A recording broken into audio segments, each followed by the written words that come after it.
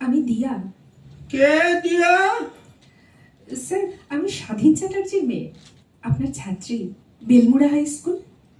ও, তা এখানে কি ব্যাপার? কি মনে করে? স্যার, আমার মানে আমার বিয়ে স্যার আগামী 12ই জুলাই। তাই স্যার কার্ড দিতে আপনি যাবেন স্যার। আজ বাবা থাকলে আসতেন। বুঝেছি বুঝেছি। তা কোথায় হচ্ছে বিয়েটা? বাড়ি থেকে দেখে শুনে নাকি নিজে পছন্দ করে? পাত্র কি করে? স্যার, আমরা দুজনে একসঙ্গে পিএইচডি করছি বিএইচইউতে। আমার ম্যাথমেটিক্স ও স্ট্যাটিস্টিক্স। বুঝলাম। তারিখটা কবে? ওই যে স্যার বললাম, 12ই জুলাই, শুক্রবার। ভাবলে দুঃখ হয় স্বাধীনের কথা মনে করলে। কতবার বুঝিয়েছিলাম উগ্র বিপ্লবের পথ কখনো নূতন দিগন্তের দরজা খুলে দিতে পারে না, পারেনি, পারে না। কিন্তু ওরা তখন নতুন যৌবনের দূত, কবিতা লিখছে, স্লোগান লিখছে, গেট মিটিং, স্ট্রিট কর্নার। না থাক। স্যার, কার্ডটা। দেখি টেবিলের ওপর থেকে আমার চশমাটা দাও। হ্যাঁ, এই নিন রক্তিম বাবু। আচ্ছা, ছেলেটি উত্তরবঙ্গের। বেশ, আমার তরফ থেকে তোমাদের দুজনকে শুভেচ্ছা ও আশীর্বাদ জানালাম। স্যার, যাবেন কিন্তু ওই দিন? না, আমি তো এখন আর কোথাও যাই না। রিটায়ারমেন্টের 2 বছর আগে আমার স্ত্রী গত হলেন। মীরা চলে যাওয়ার পর দিনের মধ্যে ওই একবার বাইরের ব্যালকনির চেয়ারে এসে ঘন্টা খানেক বসি। আর ওই মধু, ওই এখন আমার টেক কেয়ার করে। স্যার, মা বিশেষ করে বলে দিয়েছেন আপনাকে যেতে। Sir please. তো তোমার মা এখন কেমন আছেন? ওই একই রকম, কথা বলতে পারে না, ইশারায় সবকিছু। সেরিব্রাল স্ট্রোকের পর থেকে এদিনের সমস্তটাই প্রায় বিছানায়। আমি তো বাইরে থাকি, একজন 24 ঘন্টার অ্যাটেন্ডেন্ট রেখেছি সবসময় দেখাশোনার জন্য। স্বাধীন যেদিন পুলিশের হাতে ধরা পড়লো, আমি জানতাম ওরা বিচারাধীন বন্দীদের সঙ্গে কত সুন্দর ব্যবহার করে। নতুন করে কেস ডায়েরি তো ওরা সাজাবে।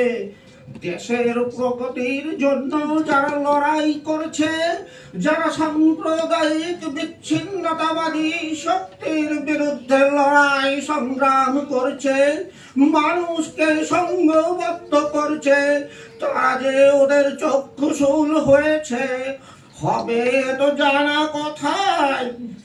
স্যার, বাবার লেখা বই, পত্রপত্রিকায় পাবলিশড কলাম, ছবি এখনো কিছু আঁকড়ে ধরে রেখেছে মা।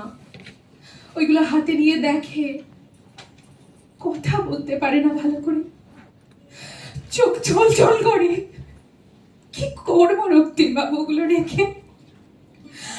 মানুষটাই তো নেই। কি হবে আর ওসব কথা ভেবে?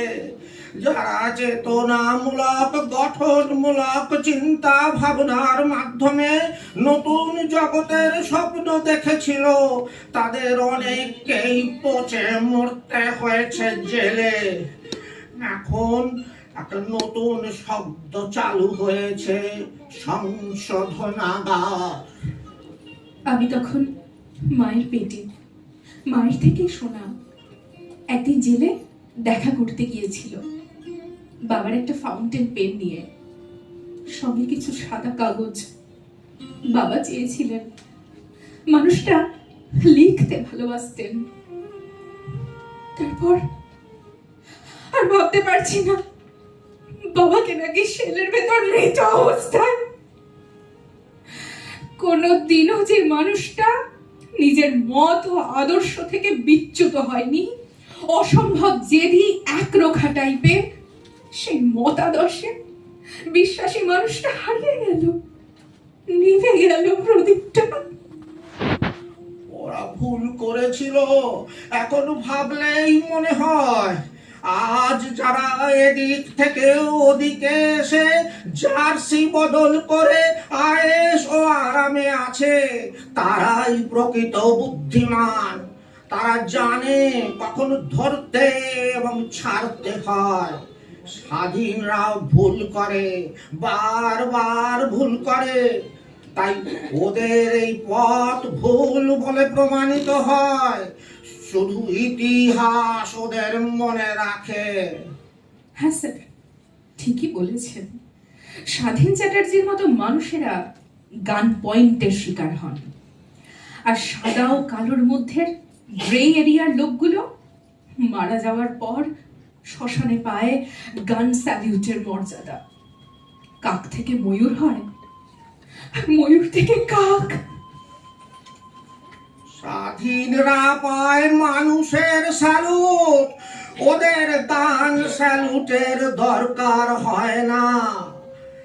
আজ সেবা যাদের পরম ধর্ম, দেখছ না তারা যদি অধর্মের কাজ করে তা লজ্জার, তা ঘৃণার। বিধির বাঁধন কাটবে তুমি এমন শক্তিমান, তুমি কি এমনি শক্তিমান?